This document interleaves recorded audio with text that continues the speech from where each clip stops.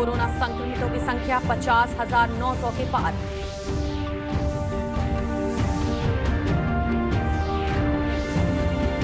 राज्य में बाढ़ प्रभावित जिलों में राहत और बचाव का काम जारी।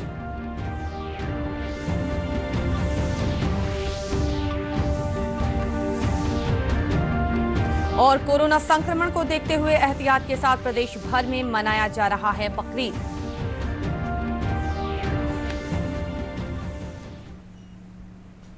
नमस्कार, मैं हूं प्राची। ये देखते हैं समाचार विस्तार से। राज्य में लॉकडाउन 16 अगस्त तक के लिए बढ़ा दिया गया है। राज्य सरकार द्वारा लॉकडाउन 6 के संबंध में गाइडलाइन जारी कर दिया गया है। सरकारी और निजी कंपनियों को 50% कर्मचारियों की उपस्थिति के साथ कार्यालय खोलने की छूट दी गई है। दुकानों को भी कुछ शर्तों के साथ खोलने की अनुमति होगी। रात में 10 बजे से सुबह 5 बजे तक कर्फ्यू लागू रहेगा। साथ ही मॉल, धार्मिक स्थलों और पार्कों को बंद रखा जाएगा। धार्मिक, सामाजिक, राजनीतिक, सांस्कृतिक, मनोरंजन और खेल कूद समेत भीड़ भाड़ वाले आयोजन नहीं होंगे। स्कूल, कॉलेज, कोचिंग संस्थान, प्रशिक्षण, अनुसंधान जैसे तमाम संस्थाओं को बंद रखने के निर्देश दिए गए हैं। गृह विभाग द्वारा जारी गाइडलाइन के अनुसार कुछ छूटों के साथ लॉकडाउन 6 जारी रहेगा। ऑटो और टैक्सी सेवा पूर्व की तरह चलेगी। बस सेवा को पूरी तरह बंद रखा गया है। मालवाहक गाड़ियों के आने जाने पर रोक नहीं होगी। आवश्यक सेवाओं से जुड़े लोग निजी वाहनों का इस्तेमाल कर सकते हैं। जिला प्रशासन तय करेगी कि दुकानें कब और कितनी देर के लिए खोली जाएं। इस बीच लॉकडाउन बढ़ाए जाने पर आम जनता ने अपनी प्रतिक्रिया में कहा, इसे सख्ती से लागू किया जाना चाहिए। तो पूर्ण रूप से लॉकडाउन लगाना चाहिए। टेम्पो वाला तो त्रहिमाम कर रहा है, खाए के भी ना मान रहा है। यदि लॉकडाउन किया जाए तो पूर्ण रूप से लॉकडाउन कर दिया जाए। डेली जो खाने कमाने वाले हैं उन लोग के लिए बहुत दिक्कत हो जाएगा। लॉकडाउन लगा, लेकिन कोरोना का ऐसा काम क्या।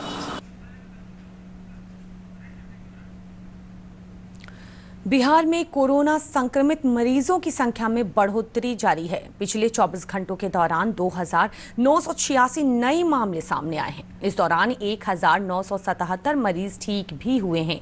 कुल मरीजों में कोरोना से ठीक होने वाले का प्रतिशत 66 हो गया है। स्वास्थ्य विभाग के अनुसार कोरोना संक्रमितों की कुल संख्या 50,987 हो गई है।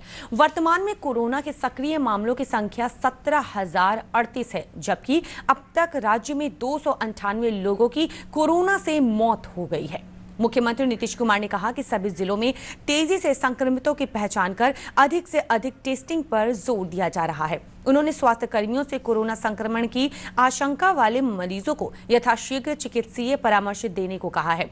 कल अणिमार्ग स्थित नेक संवाद केंद्र से वीडियो कॉन्फ्रेंसिंग के माध्यम से उन्होंने पटना, गया, नालंदा, भागलपुर, मुजफ्फरपुर, पश्चिम चंपारण और दरभंगा जिले में कोरोना संक्रमण को लेकर किए जा रहे कार्यों की समीक्षा की। मुख्यमंत्री ने बाढ़ प्रभावित क्षेत्र में टेस्टिंग पर जोर देते हुए अधिकारियों को लोगों से सोशल डिस्टेंसिंग और मास्क के प्रयोग को लेकर जागरूक करने को कहा।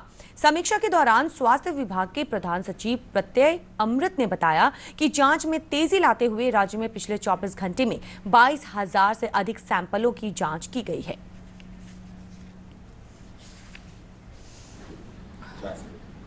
इसका दूरी कितना है? तो सब मात्र 4 किलोमीटर गांधी मैदान में सर, गांधी मैदान में। राज्य के सूचना एवं जनसंपर्क विभाग के सचिव अनुपम कुमार ने कहा कि राज्य में रोजगार के सृजन कार्यक्रम के तहत 12 करोड़ 23 लाख मानव दिवसों का अब तक सृजन किया जा चुका है, जबकि नए बने 23 लाख से अधिक राशन कार्डों में से 97% का वितरण किया जा चुका है।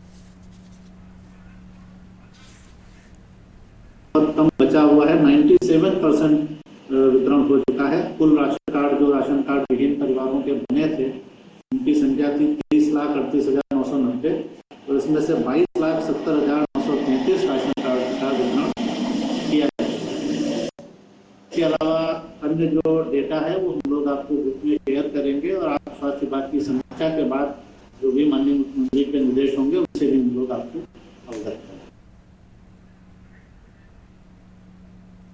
शेखपुरा जिले में कोरोना संक्रमण के 25 नए मामले सामने आए हैं। इसे देखते हुए प्रत्येक प्राथमिक स्वास्थ्य केंद्र पर 75-75 सैंपल जांच की व्यवस्था के साथ साथ दिन भर में कम से कम 500 जांच करने के निर्देश दिए गए हैं।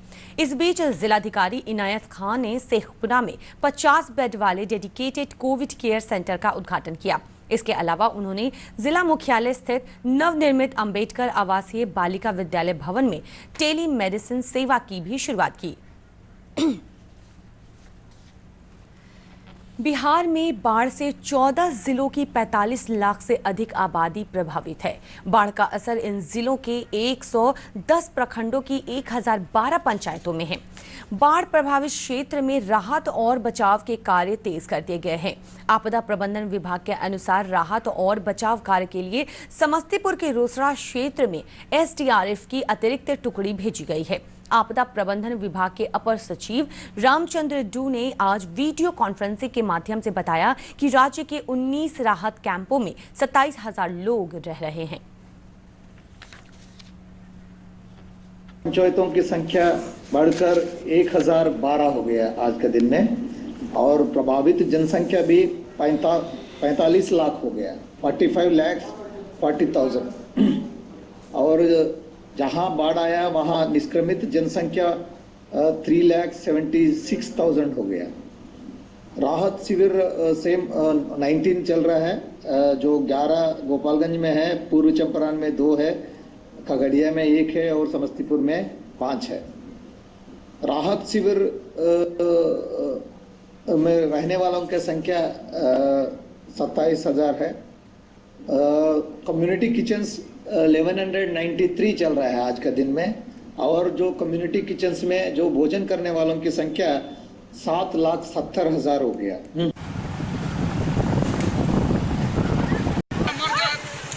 वहीं केंद्रीय जल आयोग ने मुजफ्फरपुर और समस्तीपुर के रोसड़ा में बूढ़ी गंडक और दरभंगा के विशुनपुर में अधवारा नदियों के उच्चतम बाढ़ बिंदु पार कर जाने के बाद रेड अलर्ट जारी कर दिया है। विभाग के अनुसार कोसी और गंडक बराजों से पानी के डिस्चार्ज में थोड़ी कमी आई है और जलस्तर भी स्थिर हो गया है। बागमती नदी ढेंग और सोनाघाट में, जबकि बूढ़ी गंडक नदी रोसड़ा और खगड़िया में बढ़ रही है। अन्य नदियों का जलस्तर सामान्य तौर पर स्थिर है। मौसम विभाग ने आज नेपाल तथा बिहार के जल ग्रहण क्षेत्रों में हल्की से सामान्य वर्षा होने की संभावना जताई है।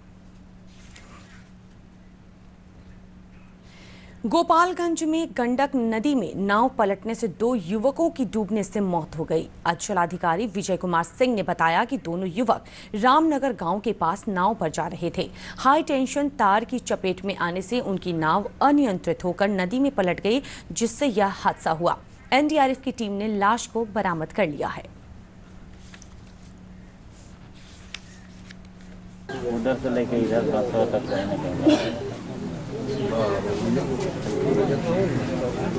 बांध से कुछ ही दूर गए थे, ज्यादा से ज्यादा 100 मीटर की दूरी पर नाव पलट गई और दोनों डूब गए। औरंगाबाद जिले के नवीनगर प्रखंड के माड़र गांव में वज्रपात से 5 व्यक्तियों की मौत हो गई। प्रखंड विकास पदाधिकारी डॉक्टर ओम राजपूत ने बताया कि वज्रपात की घटना तब हुई जब सभी लोग खेत में धान की रोपनी कर रहे थे। उधर बांका में भी वज्रपात से 1 व्यक्ति की मौत हो गई। राज्य सरकार ने मृतक के परिजनों को 4-4 लाख रुपए अनुग्रह राशि देने का निर्देश दिया है। मुख्यमंत्री नीतीश कुमार ने इस घटना पर गहरी शोक संवेदना व्यक्त की है। उन्होंने आपदा प्रबंधन विभाग द्वारा जारी दिशा निर्देशों के अनुसार लोगों से खराब मौसम में वज्रपात से बचने के लिए पूरी सतर्कता बरतने को कहा है। उत्तर बिहार को राजधानी पटना से जोड़ने वाले ऐतिहासिक महात्मा गांधी सेतु के पश्चिमी लेन के जीर्णोद्धार का कार्य पूरा होने पर इसे यात्रियों के लिए खोल दिया गया है। पुल के नए हिस्से के उद्घाटन वीडियो कॉन्फ्रेंसिंग के माध्यम से केंद्रीय मंत्री नितिन गडकरी ने किया। इस अवसर पर मुख्यमंत्री नीतीश कुमार, उप मुख्यमंत्री सुशील कुमार मोदी, परिवहन मंत्री नंदकिशोर यादव समेत प्रदेश सरकार के कई वरीय पदाधिकारी मौजूद थे। श्री गडकरी ने इस पुल को बिहार की जीवन रेखा कहा। उन्होंने कहा कि इसका जीर्णोद्धार कम समय और लागत में किया गया है। पुल के नए हिस्से की शुरुआत से उत्तर और दक्षिण बिहार को जोड़ने में मदद मिलेगी।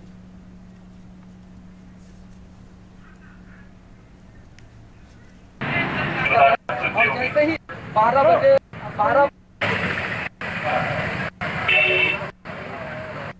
छपरा, मुजफ्फरपुर, समस्तीपुर, दरभंगा, मधुबनी, सीतामढ़ी, सिवान और ईस्टर्न यूपी ये नॉर्दर्न साइड में है, और सदर्न साइड में पटना, आरा, अरवल, जहानाबाद, नालंदा, गया, औरंगाबाद और झारखंड। तो स्वाभाविक रूप से ये एक प्रकार की लाइफलाइन थी। भविष्य में जब बड़े बड़े ब्रिज इस प्रकार की अगर समस्या आएगी तो उनके लिए दिशा दर्शक भी होगा। इसकी कीमत 1742। मुख्यमंत्री नीतीश कुमार ने पश्चिमी लेन के जीर्णोद्धार कार्य को बेहद उपयोगी करार देते हुए कहा कि गांधी सेतु के कितना इसको लेकर के लंबे काल तक चलता रहा कि पूरा पुल बनेगा, कि उसका एक हिस्सा बनेगा, और अंत में जो तय हुआ और जो नया काम किया गया है, और आपने ठीक ही कहा, इसके लिए तो सब लोग इसका अध्ययन करेंगे, देखेंगे। तो उसका एक हिस्सा जो पश्चिमी हिस्सा है हमारे गांधी सेतु का, उसका ये काम पूरा हो गया और दूसरे हिस्से पर काम हो जाएगा। और जैसा कि आपने कहा और जो जानकारी भी है कि 1.5 साल के अंदर वो भी पूरा हो जाएगा। तो ये बहुत ही उपयोगी काम हुआ है। कुर्बानी का त्योहार ईद उल अजहा आज मनाया जा रहा है। त्याग और भाईचारे के इस पर्व को बकरीद के नाम से भी जाना जाता है। मुख्यमंत्री नीतीश कुमार ने प्रदेशवासियों को बकरीद की शुभकामनाएं दी हैं। कोरोना संक्रमण को देखते हुए उन्होंने लोगों से एहतियात बरतते हुए यह त्योहार मनाने की अपील की है। उन्होंने कहा कि भाईचारा और सद्भाव का यह पर्व खुदा के हुक्म पर बड़ी से बड़ी कुर्बानी के लिए जाना जाता है। इधर कोरोना को देखते हुए धर्म गुरुओं ने लोगों से घरों में नमाज पढ़ने और कुर्बानी करने की अपील की है। अकीदतमंदों को सोशल डिस्टेंसिंग का पालन करते हुए भीड़ भाड़ से बचने को कहा है। 3 तलाक कानून के 1 वर्ष पूरा होने के अवसर पर अल्पसंख्यक कल्याण मंत्रालय के तत्वाधान में 2 दिवसीय महिला अधिकार दिवस का आयोजन किया जा रहा है। नई दिल्ली में वीडियो कॉन्फ्रेंसिंग के माध्यम से कार्यक्रम को संबोधित करते हुए अल्पसंख्यक कल्याण मंत्री मुख्तार अब्बास नकवी ने कहा कि यह कानून महिलाओं को अधिक विश्वास, आत्मसम्मान और आत्मनिर्भर बनाने में कारगर साबित हुआ है। इस अवसर पर केंद्रीय कानून मंत्री रविशंकर प्रसाद ने कहा कि यह कानून नारियों को न्याय, गरिमा और सम्मान दिलाने के लिए बनाया गया है।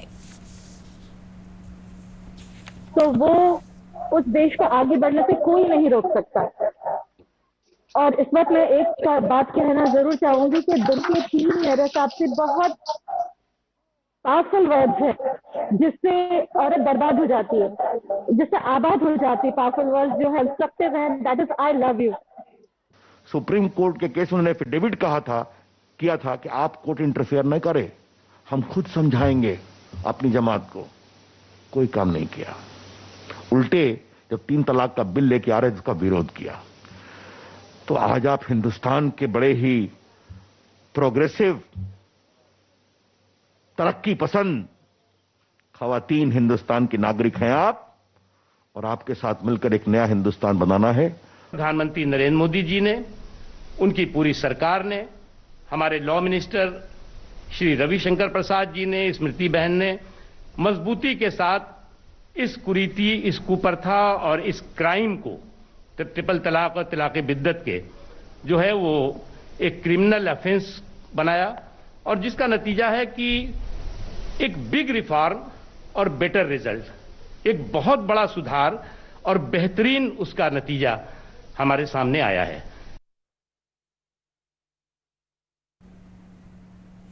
बिहार विधानसभा का 3 से 6 अगस्त तक प्रस्तावित 4 दिवसीय सत्र अब केवल 1 दिन का होगा। कोरोना संकट को देखते हुए सर्वदलीय बैठक में इस पर सहमति बनी।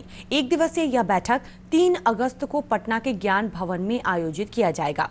सत्र में राजकीय कार्य से संबंधित विधेयक पेश होंगे। सर्वदलीय बैठक में विधान परिषद के सभापति अवधेश नारायण सिंह, विधानसभा अध्यक्ष विजय कुमार चौधरी, उप मुख्यमंत्री सुशील कुमार मोदी, संसदीय कार्य मंत्री श्रवण कुमार और राजद नेता अब्दुल बारी सिद्दीकी सहित कई पार्टी के प्रतिनिधियों ने भाग लिया।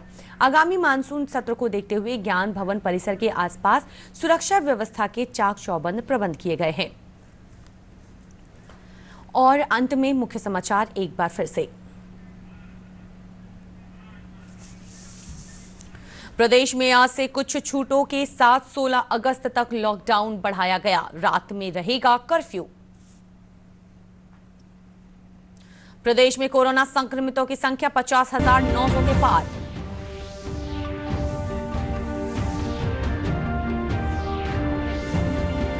राज्य में बाढ़ प्रभावित जिलों में राहत और बचाव का काम जारी।